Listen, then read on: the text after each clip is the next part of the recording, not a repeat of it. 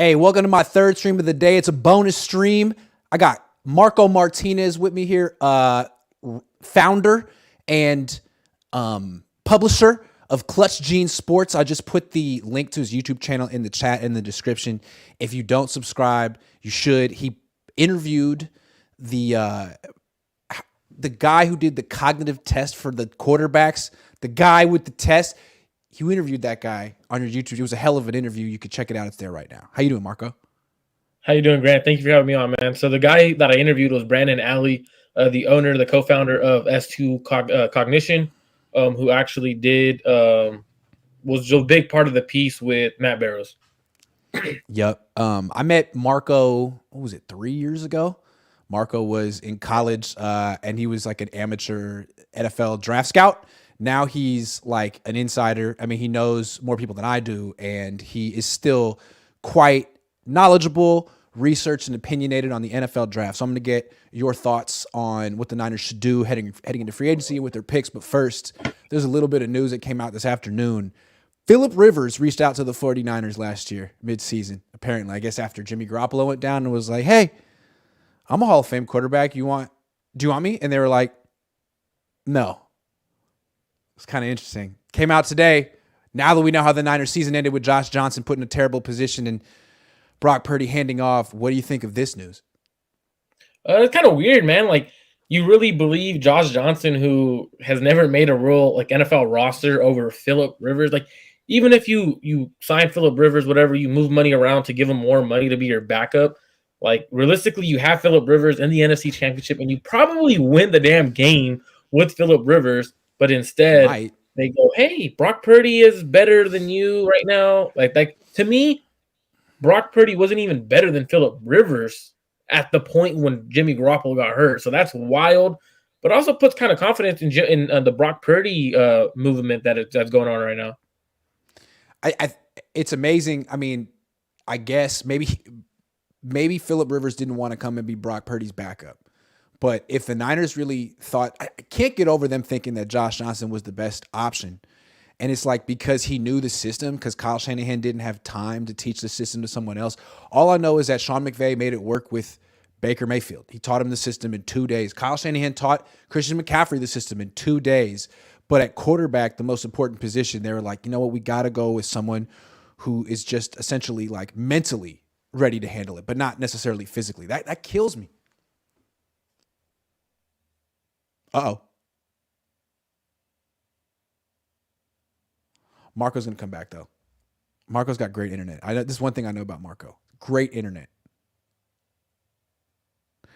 Marco, where did you go? All right. It's all right. I'll let him come back. But I do want to just linger on the fact that the Niners have now told how many Hall of Fame quarterbacks, no thank you? Maybe they'll get Phillip Rivers this year, but the Niners they've constantly had this like constant stream of mediocre quarterbacks coming in and out of here, guys who've never been to Pro Bowls, guys who've never accomplished anything. And they've had actual Hall of Famers at the end of their career call them up and say, hey, I see the trouble you're going with. I see your plight. I want to help. I can be the missing I can be the missing piece. And they're like, nah, we're good. We have Marco Martinez. How you doing, man? Bro, my internet's only doing bad when I'm on with you, because right now it's literally just on. Bro, it's crazy. No, it's just weird. Right. Like the fact that, like, to me, Grant, you know what this tells me? What? Kyle has a big ego that doesn't want him to win the quarterback. I think that's it. It. Because it literally, like you said the other day on your show with, I believe it was with Jesse, you guys were talking about how Kyle Shanahan doesn't want Trey to be the face of the offense, or the face, and like kind of diminishes of who Kyle Shanahan is. Same thing goes if he wins a Super Bowl with Phillip Rivers. Well, hey, you did it with the Hall of Fame quarterback and not Jimmy. Yeah, Phillip kind of bailed you out, didn't he? Like, what a story for Phillip. What a story for Phillip. Like, yeah. When you think about it, like at the end of the day, if Kyle Shanahan was really being a head coach, he would have brought Phillip Rivers in no matter what. Really, like you're backing your QB2, but at that point, be a legit quarterback, not some dude who was playing in the XFL, AFL, wherever Josh Johnson was. Don't get me Right. wrong, like he's a solid dude, very respectful Yeah. guy. But really, as a quarterback, like, come on, man. Yeah. Like, With Rivers too, you could have been like, look, man, Purdy's hot.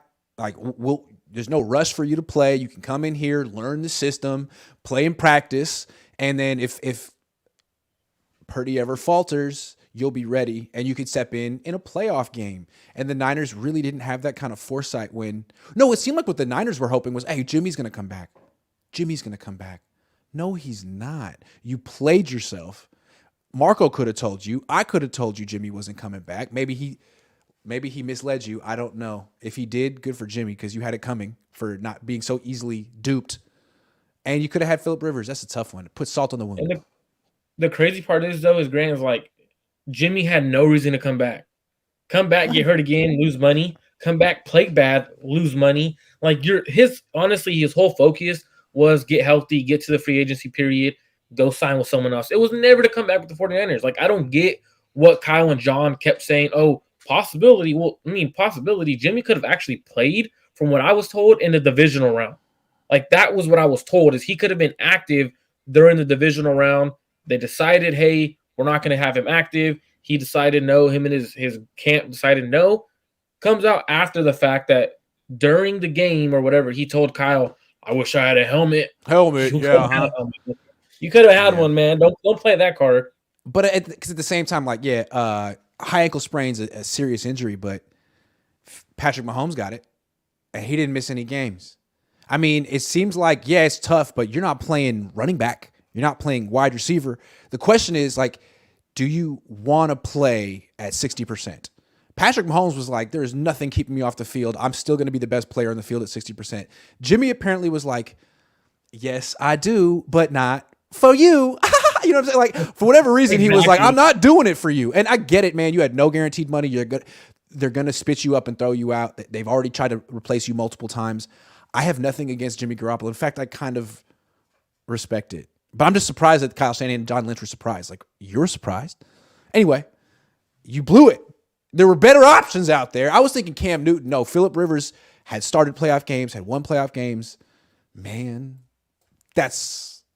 Grant, let me ask you before you move or anything. So, does this tell you something about how the 49ers view Brock Purdy, in the sense of they actually believe Brock Purdy going the rest of the season no matter what, to see whether what he was, or did they think that they had already had lightning in a bottle with Brock Purdy?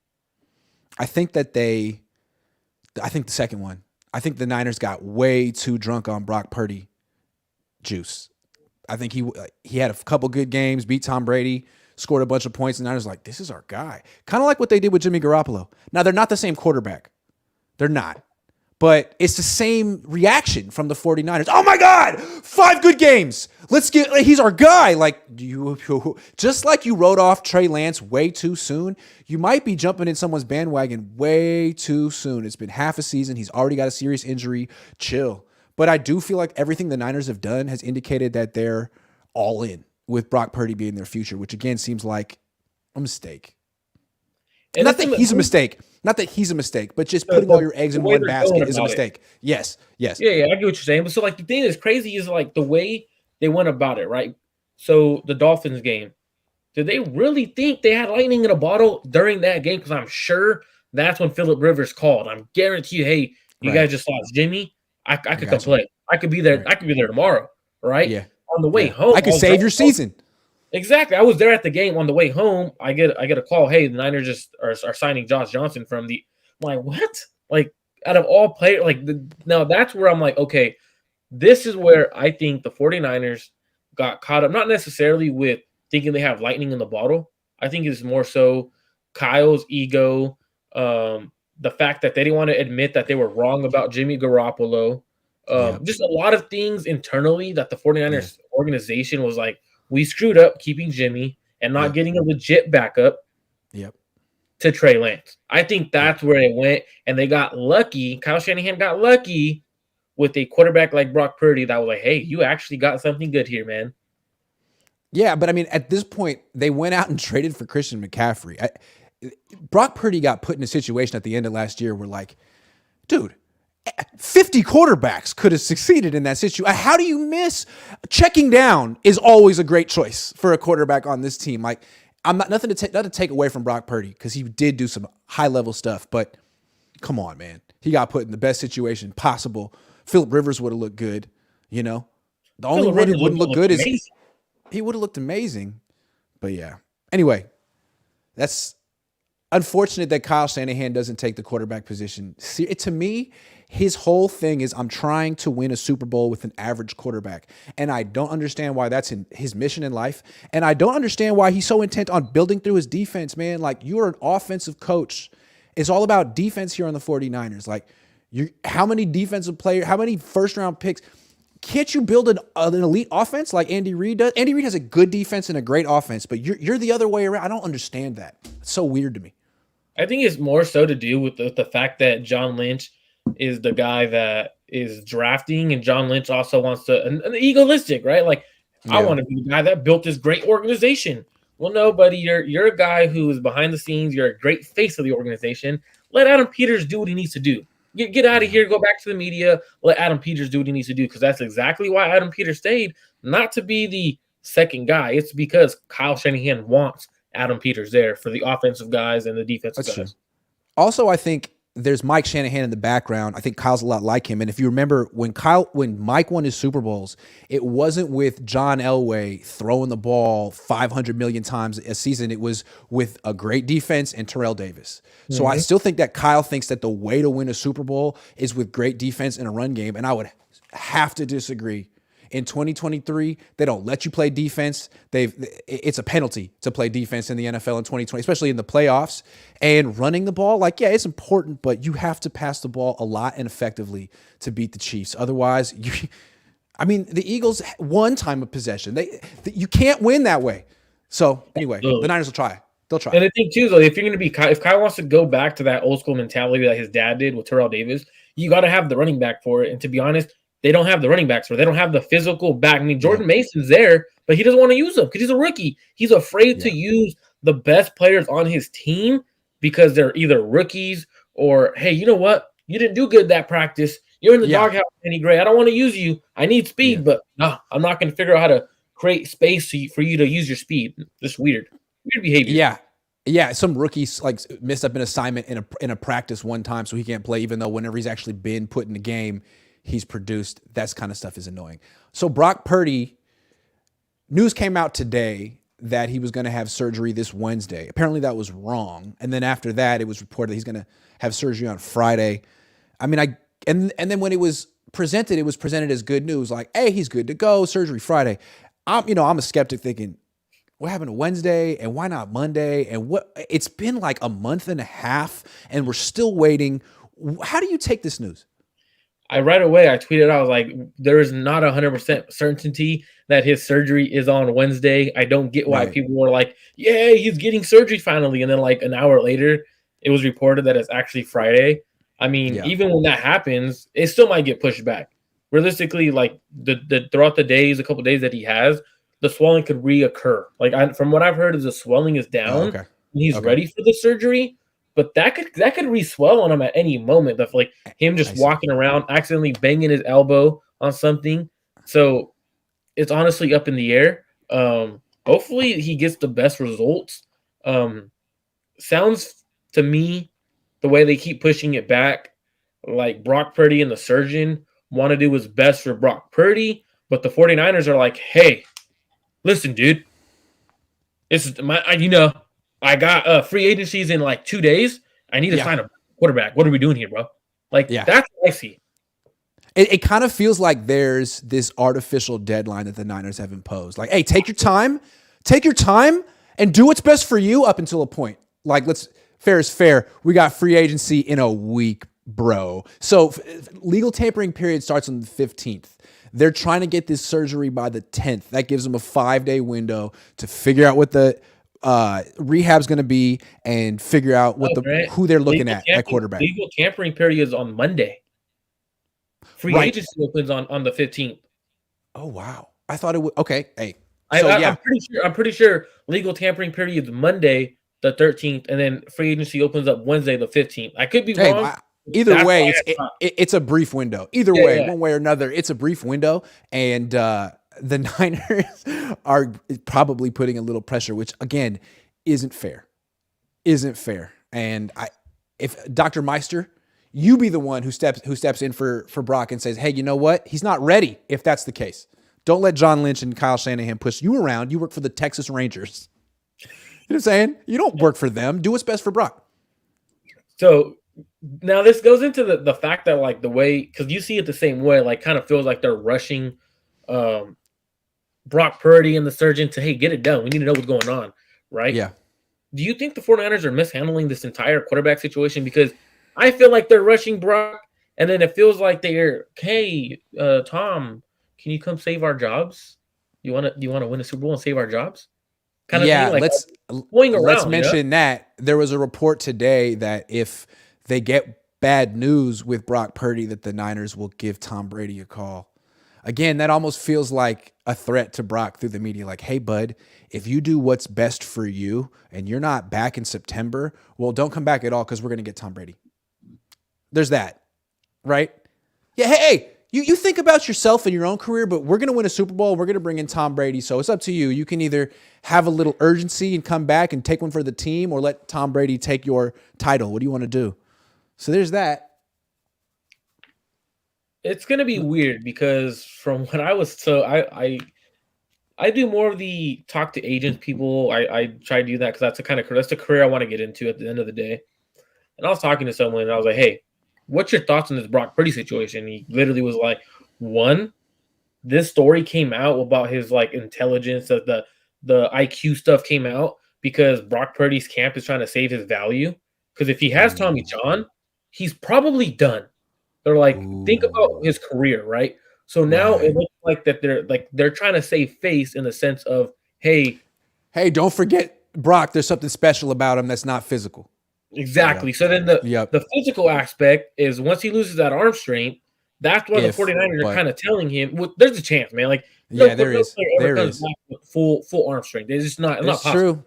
It's true. So when I was talking to this agent, he was, so this is what I see is like that they're coming out saying, hey, you're losing arm strength, so we're gonna go this direction to either a free agent quarterback, Tom Brady. So don't even care. Hurry up and get back on the field and show us your IQ, your abilities to do what you want. So I'm just curious because I really believe the 49ers are mishandling the Brock Purdy situation. Allow him to take however long he needs. You know how good he is, and then hand over the job to Trey Lance. Don't go to Tom Brady or another free agent. See what you have in him. You might have two quarterbacks that you could eventually dump in a year or two for a lot of draft picks. Also, what kills me is the Niners just showed that they can draft a certain type of quarterback and plug and play. He's ready to go. The rest of the league isn't even looking for this type of quarterback. Why wouldn't you try to do it again? I'm no scout, but I'm looking at the quarterbacks available this year, and I'm looking at a lot of guys who are similar to Brock Purdy. No disrespect to Brock. Absolutely. A lot of guys who could have success on this team, not necessarily the Houston Texans, but if you put Hendon Hooker or DTR or Max Duggan or any number of dudes on this team, I feel like they could do a whole lot of the stuff that Brock does. No offense. Hey Grant, what was the 10-yard split you liked for quarterbacks that you're looking at? What was Brock Purdy's? Brock had that magic number of 155. Well, a bunch of guys matched or beat that this year. A bunch of guys. And guess who reminds me of kind of similarities. I shouldn't say reminds me, but he has similarities of Kyle Shanahan's favorite quarterback of all time, Kirk Kirk Cousins. Cousins. Clayton Yeah. Tune. Oh Go yeah. give him a watch, Grant. Clayton Tune reminds me of Kirk Cousins when he was at Michigan State. Now, afraid to put the ball in certain spots, like you kind of like timid, but if it's Mm-hmm. wide open, he's firing it. Kind of Mm-hmm. sounds like a guy I know, Brock Purdy. Arm strength Yep. isn't completely there. Mobile in the pocket. His athleticism is there. It's not he Yeah. doesn't do anything spectacular, but he's He's not also a doing dual threat, but he's not he's not a statue.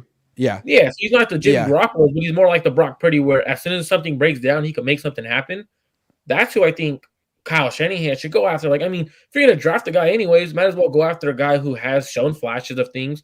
I don't know, but I feel like you're right. I think Kyle Shanahan has this like perspective of quarterbacks. So like I could do it with the 7th-round pick. All right, we'll go Yeah. draft another 6th-round pick and see what we could do with a guy like Trey Lance at least. Or he's going to think like, I got to go sign Matt Ryan because he knows my system. Like, no, dude, Matt Ryan is super duper washed. What Clayton Tune was cool about him is he's not small. He's like 6'3", 220, and he did run a 4.6. He's got that nice 10-yard split. He's explosive. I mean, actually, he's a hell of an athlete. He's a 37-inch vert. He had a 6'8", 3. He's a hell of an athlete. My only thing is Kyle Shanahan, to me, I think the way he scouts quarterbacks is he'll turn on their tape, and if a guy isn't under center at all in college, he won't draft him, which is a real freaking problem because not that many colleges have their quarterbacks under center anymore. I really feel that Clayton Tune played in a spread offense. Will he draft him? I don't think he will. That's my prediction right there, which is a shame because that's a guy who would fit. That's a shame. DTR, another guy he won't consider him. He'll like Tanner McKee. He'll like Stetson Bennett. He'll like Aiden O'Connell. I know. He'll like these slow, heavy-footed dudes who did play action in college. That's what he likes. Why do you telling you? Covering Stanford, bro, McKee was one of the worst quarterbacks I've seen in a long time processing. So the fact that you say that makes me want to barf, but it makes sense. Yeah. I really feel like he scouts the offense, not the player. And maybe it's just he feels like, look, I can't teach a quarterback to line up under center and turn his back to the defense. Maybe other guys can, but I can't. And it's so important to my offense that I need a guy who has demonstrated it. And that's to me like Kyle needs visual confirmation of a quarterback that can do a certain thing. Andy Reid had a vision. He saw Patrick Mahomes was like, okay, I'm not going to run the air raid offense, but I can sort of meet him halfway. Kyle wasn't willing to meet Patrick Mahomes halfway, so that wasn't a fit for him. That's a problem, man. Justin Fields wasn't a fit. Why did he draft Trey Lance over Justin Fields? No disrespect to Trey Lance, but if you wanted a dual threat quarterback, man, that's Justin Fields. If you wanted an actual quarterback, that's Trey Lance, but you didn't use him that way. But Trey Lance was under center in college, and Justin Fields wasn't, so Justin Fields wasn't even a consideration for Kyle Shanahan, which is crazy. All the best quarterbacks are in spread offenses now, man. None of those fit your offense. That's a problem, Kyle. And the thing is these quarterbacks, after rep after rep after rep, they could understand how to get under center. Like look at Patrick. You can teach it. Look at Patrick Mahomes, bro. At Texas Tech, I don't think he took snaps under center at all. Look at Colin Kaepernick. Harbaugh taught him. He was in the pistol. Harbaugh taught him to get under center. I mean, it took a year. Mahomes was on the bench, but like if you really want to sit a guy a year, Kyle, you can't just rule out people that are in spread offenses in 2023. That's like that's like ruling out. That's like saying in the 90s, like, man, I got to run split backs. Forget any running back who's in an I formation. What are you talking about? Everyone's in an I formation. What are you doing? Now you don't want people in shotgun spread offenses? Well, that's 75% of college football. Cool. Absolutely. So, cool. Grant, I want to read a quote from Matt Ryan because you mentioned Matt Ryan, who Kyle might go out and sign, right? So this is a comment from Matt Ryan, I believe, right after like Kyle left, a little bit after he left. And Ryan, pretty much Ryan said Shanahan would take more time to communicate plays. And that was a problem in the offense that started sputtering in the Super Bowl. So he had these comments about the Super Bowl, right? With the way Kyle's system was set up, he took more time to call plays. And we shift in motion a lot more than we did with Dirk, which is the offensive coordinator he had after. You couldn't get out stuff like that. We talk about being the most aggressive team in football, and I'm all for it. But there's also winning time. You're not being aggressive, not running it there. Right? And what his point was like, people were like, why didn't you change the play, Matt Ryan? Why didn't you call an audible? Well, it takes forever to get the call, and then I got to get up there, and I got to do 8 shifts. There's no freaking time. Plus, he doesn't let his quarterbacks audible. When do you ever see a quarterback do anything other than kill, can? That's all they're allowed to do. So would a quarterback with those comments want to come back and play for Kyle, or would Kyle want to bring a quarterback that's made those comments about his aggressive offense back to the 49ers? I don't think so. In fact, I think probably Kyle Shanahan gets a kick out of Matt Ryan's career sort of falling apart once he left. I think Kyle Shanahan sort of rests on that. Like, hey, I may not be perfect, but who had a better career after working with me? Hard to point to someone. Well, Kirk Cousins. Yeah, you're right. And that's his favorite quarterback. Yeah, Chance Pot says if Tom Brady comes in, we might get a good O-line because he will demand that because he doesn't want to get hit. Yeah, but if Tom Brady comes in, he's going to want to change plays at the line of scrimmage. He's going to want input on the offense, and Kyle's going to say, well, I don't know what Kyle would say. I don't know. You saw Josh McDaniels got terrible reviews from his players. Absolutely. And the thing is, though, is I think At that point, Tom wouldn't even care. Tom would look over to the sideline, give him the bird mid-game, and like, I don't care what you're saying. You know what I mean? Yeah, Like, I'm on the field and you're not. I'm Tom Brady yeah. and you're not. Thank you. Todd Labor says, what do you think of Stetson Bennett in the Niners offense, Marco? I mean, I'm pretty sure Stetson's going to test very well. Very smart He guy. did. He's 25. Decent The thing athlete is, too. yeah, straight. I mean, he has a stronger arm than people give him credit for, but he's not a gunslinger. I mean, it's kind of like No, what Kyle had with Brock Purdy in a sense of smaller guy. Their he's mobility's smaller better. than Brock. He's Yes, but smaller the than thing, Brock. Yeah. I don't. I'm gonna say right straight up, I don't like Stetson Bennett. I don't. I think he's not a good quarterback. I mean, at Georgia, they literally ran the ball majority of the time, and he barely threw the ball. So I mean, I don't really like him, but he would fit Kyle's offense because Kyle's gonna scheme stuff open just like he did with Brock. I would rather go. I feel like Hendon Hooker is. I mean, if you're looking for old quarterbacks who are 25, That's man, who you go. Hendon Hooker's always been good. He's always been efficient. I feel like that's going to be that second round pick that you look back and be like, well, actually, he probably should have been a first round pick. He The, might go the to a good reason why he's not going to situation. be a first though, Grant, is because of the He got ACL hurt injury and then for sure. the age. That's true. That's true. But I mean, all these quarterbacks have questions to me. What Aru Luster says, trying to find the right quarterback for the system and not adapting the system to the quarterback severely limits the talent pool. That's what I'm saying, man. That's why I look at Philly and I'm like, you know what? I kind of like what they're doing because what they're doing is they're trying to meld NFL offenses with college offenses. And if you can do that, that opens up a whole world to you. Now you can draft Ohio State players and Oklahoma and your USC and all the best players are on offense are available to you. And Whereas that's Kyle's looking for exactly. throwbacks. And if you look at the great offensive minds in the NFL right now, you look at guys like Andy Reid, you look at Nick Sirianni, Yep. not necessarily, I want to say Kyle because Kyle is not doing it, but if you look at the guys that are legit competing every year, Josh Allen, I wouldn't necessarily say his offense coordinator, he's running the show there, but if you look at them, they're getting whoever doesn't fit their system, molding it around them. So whoever takes like the Anthony Richardsons Right. of the draft this year, that's going to be whoever takes him is going to be smart because they're going to mold their offense around him and say, Right. hey, I know you did this great XYZ great in college. Yeah. Now we'll let you do that and we'll kind of start implementing in year 2 the NFL like stuff. So I think Right. he's, you know, And like if your offense is college style enough, you can make it work with Anthony Richardson as he gets more reps as a passer. Like I keep thinking, let's say he goes to Indianapolis. I think that'd be perfect for him. perfect. They just hired Philly's offensive coordinator. They have Jonathan Taylor. Can you imagine an RPO zone read offense with those two? I mean, they'd be the best rushing. They would just, the baseline would be the best running attack in the league. And then if he could complete 55% of his passes, that's a dangerous offense. And he would theoretically improve from there. So it's like if you're a new coach with job security, how do you not take that risk? Because even if you get it wrong, you could take a quarterback next year, man. There's no harm, no foul. It's the thing is like if you don't have a quarterback, if you're not if you don't have your franchise, if you don't have the Patrick Mahomes, Jalen Hurts, Josh Allen's, Joe Burrows of the world, every year you should be drafting a guy until you get your guy. Like for example, Exactly. whatever team drafts Caleb Williams, I guarantee you they're not looking at Caleb Williams like, well, doesn't take snaps from under center that much. Yeah. His footwork is terrible. I mean, he doesn't throw off platform to it. Like if they're doing that, like what Kyle did to Patrick Mahomes, Deshaun Watson, and those guys, Justin then Fields. you got an issue. Like you really do have an issue. Yeah. And look, honestly, with Kyle Shanahan, a lot of people say that he's a great coach and he does a lot of things very well, but he's always going to be a contender and never a champion if he can't figure out the quarterback position. And boy, if you look at him and his dad, ever since John Elway retired, Kyle and Mike have been floundering at the most important position. The two of them. No, I agree. They could put together a team though, but not that.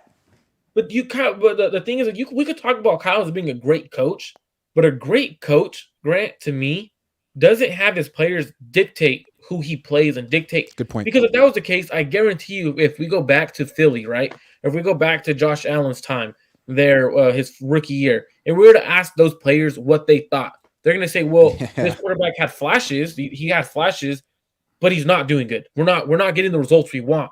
However, those coaches stuck with those players. So, for example, when Trey Lance beat out Jimmy Garoppolo his rookie year, he should have started. The fact that Kyle went to players and was like, hey, who do you want to play with? Mm-hmm. To me, that's where it separates the great and the elite coaches with the coaches that are you're a really good coach because you know how to win, you know how to set up a team. Also, remember, Jim Harbaugh wanted to transition from Alex Smith to Colin Kaepernick. Smith got hurt. Kaepernick came in, played well. Smith got healthy. Harbaugh stuck with Kaepernick. That was who we wanted to transition to. A lot of the players, same situation. Friends with Alex Smith, thought it wasn't fair. You don't lose your job to an injury. Harbaugh said, you know what? I'm making the decision. I'm the coach here. And you guys are going to get in line. You know what? They did.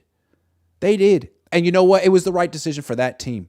So I don't see Kyle Shanahan doing that with his guys. And that's the issue. To me, to be honest with you, Grant, that's the issue. The fact that you're allowing because to be honest, what he's doing is he's allowing for his players to do. He's allowing that locker room to divide. Okay, you're either this side of the locker room, you're a Trey guy. This side, you're a Brock guy. This side, you're a Jimmy guy. That's what he's allowed his players to do instead of saying, hey, this is our quarterback, and you're going to like it. And if you don't like it, the door's right there, and we're willing to trade you. If you're a George Kittle's, the Juices, or whatever the hell it may be, if we're willing to get good capital for you, oh, well, we'll replace you because you're replaceable. For example, and the whole idea of moving on from Jimmy is that, good quarterbacks aren't good enough. We know that the Niners can win a lot of games with physically limited quarterbacks. They've proven it with multiple guys, Jimmy and Brock. The whole idea is if you want to win a Super Bowl, you got to sort of commit to the long view and develop someone with super premium traits.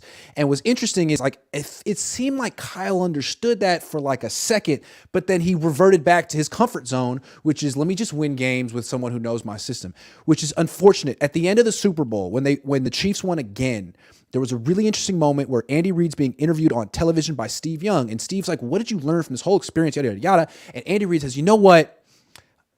I'm important. Our coaching staff is important. But what I've learned through the years is you need one of you. And he points at Steve. You need one of you. And Steve's like, oh, shucks, and starts blushing. But you'd never hear Kyle say that. You would never hear him say that. He'll say oh, he would praise every player on his team before he praised his quarterback. It's a different mentality with Kyle. Bro, Kyle blamed the injury initially on Brock Purdy. Yes, he did. Then he ends up changing it up, saying, you know what? It was just a freak happens. And it happens. It's no one's fault. Same thing with Trey. He blamed it on Trey at first. And then he's like, well, he's a dual threat. So that's what I'm saying. He'll never take the blame as the great head coaches. They'll take the blame. You know what? That was my fault. And because what the great head coaches understand is that the most important person in the organization is the quarterback. Now, you can't take it to an extreme like Russell Wilson where he gets his own office and he's detached from the team, but still, you're the most important person, not the coach. Coach is number 2. Quarterback's number 1, but Kyle can't live in that world. He can't. He's got to be number 1. It's got to be Kyle Shanahan featuring the quarterback, not the quarterback featuring Kyle Shanahan. You know what I'm saying? And that's a problem. It's because Kyle has this major fantasy of playing quarterback. Yes, he does. That's to me, that's what I see, man. At the end of the day, is Kyle really had an obsession with football, which if you have to have it to be a head coach. But he had an obsession. Not just coaching, playing. You're right. Not just coaching, playing. Because he wants to be friends with the players. He saw himself as a player. Yeah. Yeah, and he wanted to be a quarterback, but he didn't have the stature, didn't have everything. And then becoming a receiver, his best friend was the quarterback at Texas. To me, it's just very weird. Don't get me wrong, he's a great head coach. I think he's one of the top 5 head coaches in the NFL. But I think there's the difference between the top 3 head coaches and then 4 and 5 right now. Those other guys, they've understood you have to develop a quarterback, and those quarterbacks are the team. You're not. Yeah, thank you very much. Fish and Chip says the head coach is the reason we are a step behind. It's an interesting conundrum because he built all this. Exactly. This is his team. It's not John Lynch's team. It's a great team to cover. Were you nervous about going 4K with your face the way it is? Yeah, I'm ugly as hell, man. Thank you very much, PIVC. But, I do what I can. Fish and Chip says, not a BP guy or a Trey Lance guy. I'm a Niner guy, period. Yeah, if only more players on the team were like you. All right, I got a couple questions. Based on all the craziness that's going on, a lot of reports on vets the Niners could sign. They're clearly going to bring in someone, whether in the draft or free agency. If you had to guess, who do you think it'll be? Now it just depends because is Brock out for the year or is Brock, It's true. you know what I mean? So to me, like That's you true. can't pinpoint a quarterback because if Brock's out for the year, I'm signing a guy like, to be honest, Andy Dalton. I thought Andy Dalton played phenomenal last year. Now Jacoby Brissett, I would love to have Jacoby Brissett, but the thing is with Jacoby Brissett, I think he's a guy that deserves a bigger opportunity, and I don't That's what think I'm thinking. I don't think he's gonna get that He's opportunity. graduated beyond this, I would hope. I Yeah. hope, but like, so I could see Kyle with a guy like Andy Dalton in the sense of now it's not necessarily different schematically from Trey Lance, but he could throw those deep routes that Kyle wants. He could find the open guy. He could run Kyle's offense like a head coach wants. You know, Kyle wants it to Yeah. be ran like a, hey, I want you to throw to this guy after you hit step 3, or you know Right. what? Step 3, look left, throw right. You know, that's the kind of Yeah. style Kyle runs right now. So I think Andy Dalton's a perfect fit for him. Oh, God. What I'm thinking with Andy Dalton is 5 games. 5 games. You think he I would? hate predicting injuries, but come on. I mean, it's the Niners pad. I'm thinking 5. Over under 5.5. I could. I mean, He's I get what you're old. saying. I get what you're saying, but I mean, he lasted. What are you gonna He do? lasted pretty long last year with a Well, bad team. He was getting hit a yeah, lot. that's true. The Niners are special though. Who would I you don't know, maybe they have sign? bad luck. I would draft. I would just go back to the draft. I agree. But I I, know it's risky, right? You got this great team, and you got any vet you bring in is going to be some journeyman guy who's on his 11th team, or he's had 3 surgeries, or all of his teams have always hated him. I mean, guys like that. Or the one guy I would actually consider is Marcus Mariota. I kind of I like want it. why? Dude, the last couple of years, he's became not necessarily a diva, but from whatever people that I've talked to, like Yeah, he's what is kind of, that? What I is don't that? know. Like everyone's He saying walked is like away from the Falcons. He walked away.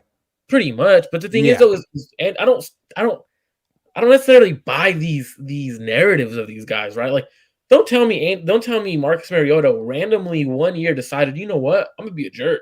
Like, I think he's a Yeah. great dude, so I think he would fit the offense. I think he'd be willing Also, to I be. feel like quarterbacks of color always sometimes get a bad rap with this You're right. innuendo. I'm like, you know what? I still like Marcus Mariota, and those are the kind of quarterbacks that, honestly, the Seahawks gave Geno Smith $100 million today. I'm sure the Niners are like, oh, great. If they had signed Mariota, I'd be more concerned. But they signed Geno, good quarterback, but not the kind of quarterback that gives the Niners problems. He's the kind of guy who Uh, folds in the pocket against the Niners. a name I'm gonna ask you about is not necessarily mentioned out there, but what would be your thoughts if they went and signed Tyrod Taylor? I thought they would do it last year. So did I. I thought they would do it last year. And the fact that they didn't and signed Nate Sudfeld instead, again, made me think like, man, how committed are you to this Trey Lance project? Because it seemed like if you really were committed, you'd be installing this 11-on-11 offense and going all in with your version of what Philly's doing. And it seemed like they were, right? Aaron Banks was a departure. Trey Sermon was a little different. Danny Gray was clearly for Trey. But then it all went away. That's So the thing that's strange. crazy because like there's quarterbacks out there like that are at legit quality quarterback twos. Like if you ever get to your third quarterback, I'm sorry to tell any 49ers fan, if you ever get to quarterback 3, you're not You're in winning a Super trouble. Bowl. I'm sorry. So no No. matter who they bring in, if you're gonna bring in a guy like Andy Dalton and he's your third quarterback, you're not gonna win it all. I'm sorry. Now if he's your quarterback 2, sorry to tell you, but most likely you don't have, he's not gonna have a Nick Foles run. Like it is what it is. Like now the fact that Jimmy Garoppolo and then Brock Purdy went on these runs, that's once in a lifetime kind of thing. That's a movie like script, and it's not Yes. going to happen again. It's not. All right. Entering this offseason, which starts in about a week, what would you say the Niners' biggest need is? They have a few holes in their starting lineup. A few. I would say center. I know everyone like a lot of people like to say right tackle. A lot of people like to say Mm. free safety because those are the two obvious needs or defensive line. Um, but when you have a guy like Nick Bosa across the offense, a defensive line, I don't think that's too major of a need because he's already there. You have a blue chip player there. Plus, you drafted Drake Jackson last year. You have Eric Armstead. You could probably sign a fourth pass rush. There's always guys who've been given up on, like 32, 33 years old. You can bring in the Justin That are solid Houstons, guys. Elvis Doomervilles of the world. Yeah, this guy. You can bring in Leonard Floyd. Anyway, center. Center. I mean, if you look at it, so Kyle's offense runs the best when he has a legit center. Now, Yeah, Jake Brendel played well, but the offensive line struggled in the run game. That was the it first did. time I've seen Kyle's offense struggle in the run game, and it all starts up front with Jake Brendel. He wasn't able Yeah, to get to his reach blocks. He wasn't able to get to the second level like I thought he was going to be able to. Now, he was yeah. voted an alternate Pro Bowler, which was very weird because the 49ers fan base loves their players and voted him in. I love it. I love that the fan base did that. It's just phenomenal to see. But he isn't the guy. I would go out and I would either signing a guy like from the Minnesota Vikings, Garrett Bradbury, Ethan Posick from Cleveland Mm. played really well, or you're gonna trade up and draft a center. I mean, I don't think the 49ers could go another couple of years playing the uh, center carousel. They went from Richburg, they went to Alex Mack, and then to Jake Brendel. You're gonna have a poor offensive line when the center is, and, the center is the anchor of the offensive line at the end of the day. And the fact that people were saying, no, you need a right tackle. You could get a right tackle that is very similar to what Michael McGlinchey was in the draft class in the third round, at the back end of the third round. So I'm not too worried about right tackle. You could also sign a guy like Wiley from Kansas City, which would be a lot cheaper than going out and signing a guy like Caleb McCary. To me, center must be answered for the next 5 to 6 years. The reason is if you're going to have a young quarterback like Brock Purdy or Trey Lance be the future of your franchise, you need the center position to be someone that's going to be there for a long time, and they need to get that answered right away. Garrett Bradbury is interesting. That kind of like resonates with me. It seems like something the Niners would do. I'm looking at his combine numbers. He's the kind of athlete they'd look for. He's played in a similar system. Where was he, in Minnesota? Minnesota. I know he missed like 5 games last year. Maybe now is not the time to sign him, but it does seem like someone they'd be interested in.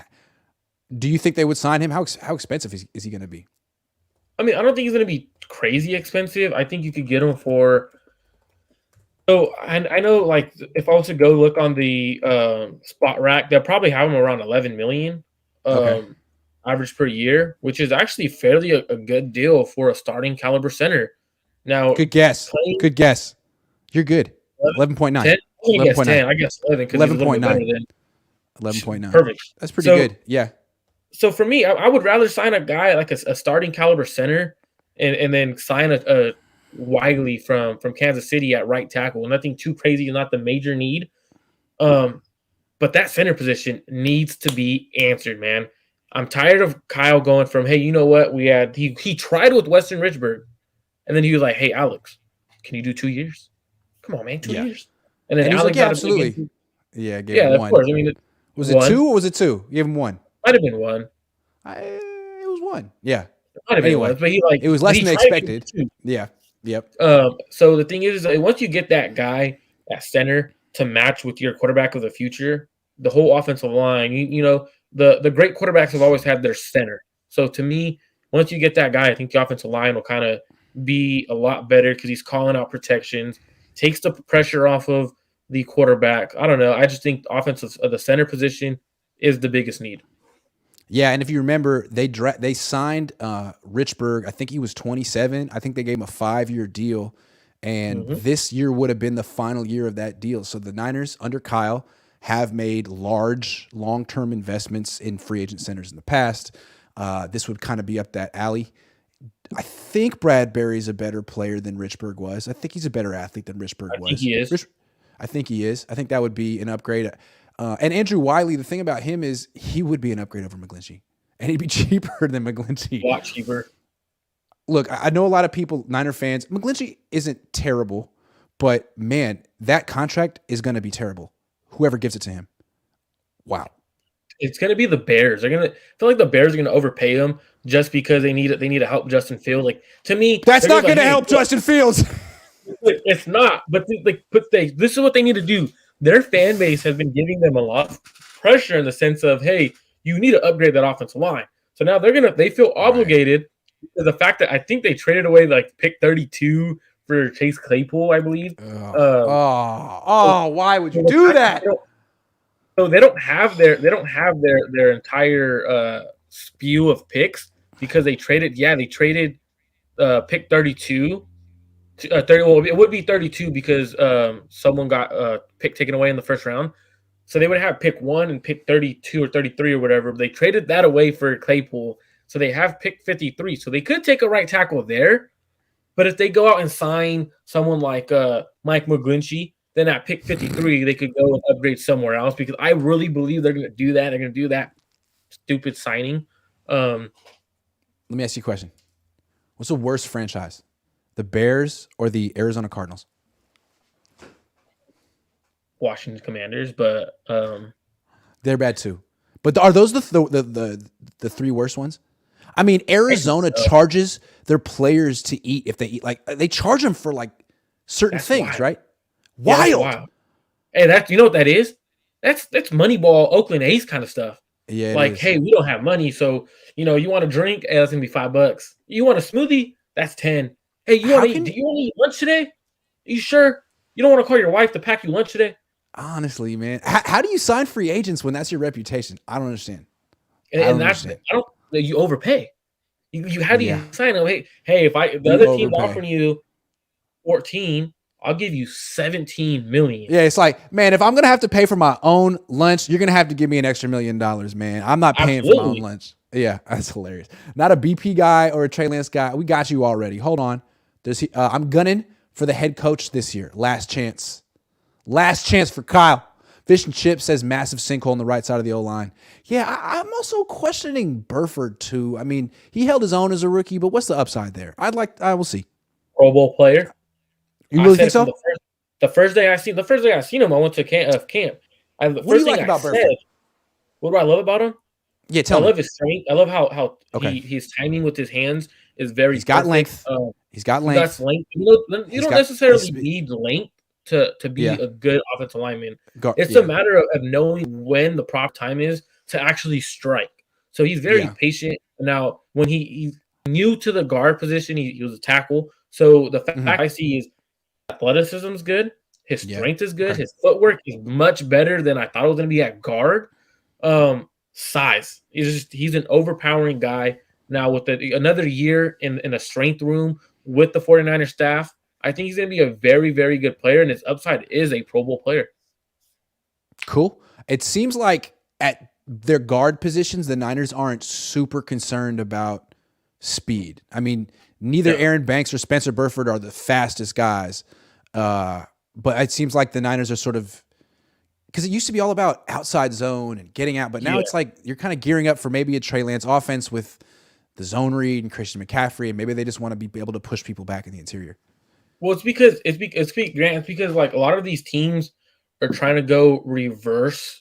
Like they notice a lot of teams are going to this outside zone. So what they're doing, instead of getting these athletic, fast defensive tackles, they're getting these big bodies that, you can't reach me because I'm going to cross your face. And I'm so much bigger and stronger than you that you can't do that.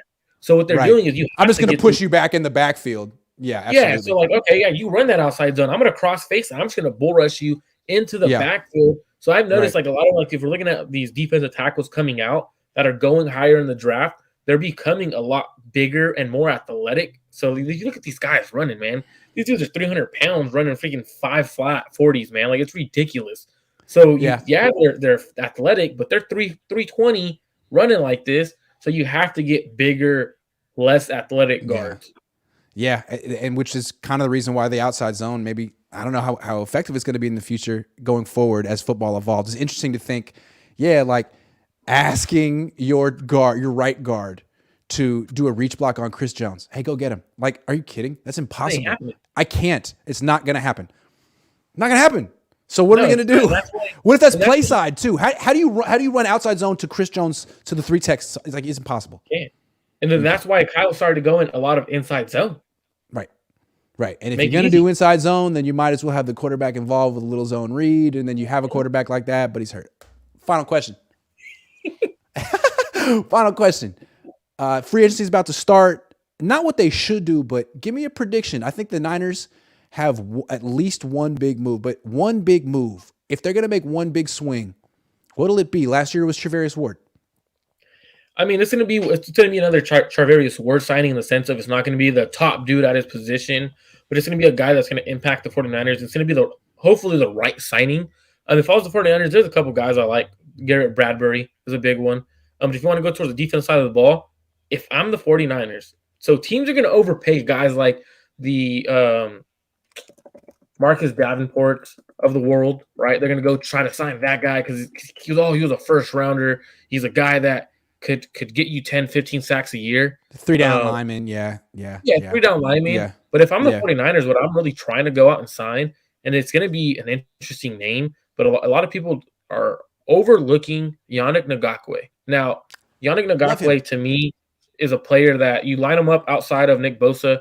Now he has a little bit of injury history, so you got to deal with that. But you're going to get him at a cheaper rate. You're probably going to get him around 13 to 15 million per year. And if you're putting him up with Nick Bosa, that's a guy that's going to change the 49ers defense. Now don't say Frank Clark's because I like Frank Clark, don't get me wrong, but that's to me because I know a lot of people are going to start right away. Frank Clark was released. A bunch of people were like, oh, Frank Clark, Niners, get him. No, don't do that because what you're doing is you're setting yourself up to have a player who has off the field concerns, probably going to get injured again, D Ford 2.0, in my opinion. So I would go out and get a Yannick Ngakoue, or if you want to get a little bit cheaper, go get a Dante Fowler. Same age, athletic, speed on the outside with Chris Kaserik. Those two guys would eat, man. Yeah. What about Leonard Floyd? I would do Leonard Floyd, but a little bit older, 30. So if I'm getting the Yannick Ngakoue and Dante Fowler, I believe they're both 28 or about to be 28, both 27. So they're both about to be 28. So to me, what I would do is I would go that route because they're still a little bit younger. So if you do get them on a 3-year, 4-year deal, now you're not getting that, oh snap, overpaying this dude at the age of 33 and he is not good. With the Niners need to sign an edge rusher. But at the same time, it'd be great if they didn't have to spend much on it. It'd be cool if they could convince some guy like, look, man, we don't have a big budget. But if you come here for 1 year, do you understand you'll never get double teamed? Ever. Okay, the protection's always sliding away from you. You'll have nonstop one-on-ones, and you'll get paid somewhere else next year, man. What do you say? They got to be able to get someone to say yes to that. It's a good gig. Now you might get hurt. It's football. Still, it's an investment in yourself. If you look at Yannick Ngakoue, I mean, he's already his contract that he's already had. I mean, he's already had big paydays. Yeah, I believe he's already had a big payday with. Let me go and double check. But I believe with the Raiders, I believe the Raiders signed him to a 2-year, $20 million or maybe. So he's had a decent sized payday. He was drafted higher in the 3rd round, so he's not necessarily a guy who hasn't made the money. I got a prediction though. They're gonna sign Jesse Bates. So, I like Jesse Bates. I like Jesse Bates. He's really good. He's really good. Especially him with new defensive coordinator Steve Wilks. Oh my dude! I mean, that'd be a good secondary. It would be, but I mean, he's gonna be expensive. Yeah. No, but the thing is, if you want to do the Moneyball route that the 49ers constantly have been doing in the past, a guy like Julian Love from New York, a guy who's a free safety, plays strong safety, he's interchangeable. Now he's a little bit rangy, not the best player. He's not going to be the Jesse Bates, but now you're having to pay in the 18 or maybe possibly 20 for Jesse Bates because you're having to compete with the top safety class, and his agent isn't getting nothing less than the top agent free safety, strong safety market. So you're going to have to pay for Jesse Bates. The 49ers don't do that. But the thing about safeties, which is nice, kind of like tight ends, is they're, for some stupid reason, cheaper than corners. They're like artificially, so like Jesse Bates, really good player, probably cheaper than Emmanuel Mosley, just because he's a safety, which is like, I might take Bates because Mosley's coming off an injury and he's very good but not great. And Lenore kind of stepped up last year at the end. No, you're right. But if you look at cheaper than, I don't think he's going to be cheaper than Mosley because if you look at it, because the highest paid safeties last year, Minka Fitzpatrick's at 22, Marcus Williams with the Ravens is at 16, and then Justin Simmons is at 15. So it starts getting. I was thinking like Justin Reed. Justin Reed gets like $12 million a year, something with Kansas City. Justin Reed gets 12. No, I think he's less than that because Jesse Bates right now. So Jesse Bates is starting. Oh yeah, Justin Reed gets 11.6, but That's Jesse a bargain. Bates' starting market is at least 15, 14. Yeah, 14, 15. That has to be because he made 14. Yeah. 12.9 last year Yeah. on his last contract. Yeah. And all it takes is one team from a tax-free state to put down 14 and a half, and the Niners are like, well, damn, now I got to offer 16. Yeah, I don't know if they'll get them, but I feel like the I Niners would are love to just so move. they're so proud of their defense. They're not willing to take a step back on defense, even though I don't think you have to have the number one defense in the league. If you're 10th, it's fine. You have to have the number one offense in the league. That's what you got to do. That's what you have to strive for, at least. But they love the defense. What was the defensive ranking this year for the NFL? What was Kansas City? I don't think they were in the top 10, were they? Or were they barely top 10? They might have been middle of the pack. They were, hold on, 11th in yards, 16th in points allowed. As mediocre as it gets in points allowed. It doesn't matter. I'm sorry. It used to be defense wins championships. Now it's kind of like defense doesn't matter. You can't have a bad defense. You can't have a bad defense. But, man, all you have to have is a serviceable defense, and you can put that together in an offseason. And even then, if you look at Kansas City, man, like their defense was a bunch of young players. Exactly. Rookie corners. I believe they had one or two. Their linebackers were fairly young. Their defensive line was younger. Like, to me, the core of their defense essentially is Chris Jones and Justin Reed. That's it. Everyone else is interchangeable. Charvarius Ward, excellent player. Thank you so much for your service. Goodbye. Absolutely. And with the 49ers already have Grant, Nick Bosa, Fred Warner. That's all you really need to carry a defense. Honestly, that's it. But now you got Charvarius Ward also, Dre Greenlaw also, Eric Armstead also. That's 6 guys. That's 5. And then you got Jesse Bates, could be 6. So again, the Niners are super proud of their defense, but I'm thinking maybe center and right tackle. I want to say one thing. Trent Baalke, not the greatest GM, but not the worst. And one of the best things he ever did, first thing as a GM, finish that offensive line. Mikey Potty, Anthony Davis. And you know what? Those guys really were the engine of that offense. When Harbaugh was here, he had the best O-line in the league for 2 or 3 years. He did. And when Anthony Davis got hurt in 2014 and Jonathan Martin replaced him, everything fell apart. No, I agree. The thing is like with the NFL, is if you're not keeping your quarterback upright, you can't run the ball. You're not a contender. You're not a serious team. You're not a serious team. And the Niners have had half an offensive line for 6 years. Half. And they're that good. That's the thing that's crazy is they're that good. Because if you're competing every year, you're pretty good. Well, Andrew Wiley the Chiefs just won a Super Bowl with Andrew Wiley in their starting lineup. So he could be a championship level player. And Garrett Bradbury, I mean, he's probably as athletic as anyone the Niners would get at center this year. That's an interesting plan. Whatever Kyle's plan is, it better take offensive line into account for a change. Sugar Shane says, let Wilkes coach and draft players, then pay big money. Yeah, for a team that drafts and develops as well as the Niners do, they really want to spend in free agency, which is amazing to me. Anyway, that's the thing that blows my mind. Is it's what I don't know, man. Because like when you look at the organization, right? They're ran so well. They try to take care of their players so well, but they're afraid to pay players. That's what blows my mind. It's like you're afraid to pay players, but you want to treat them like don't get it. Fish and Chip says, stop saying Super Bowl window, everyone. Every year is Super Bowl or bust.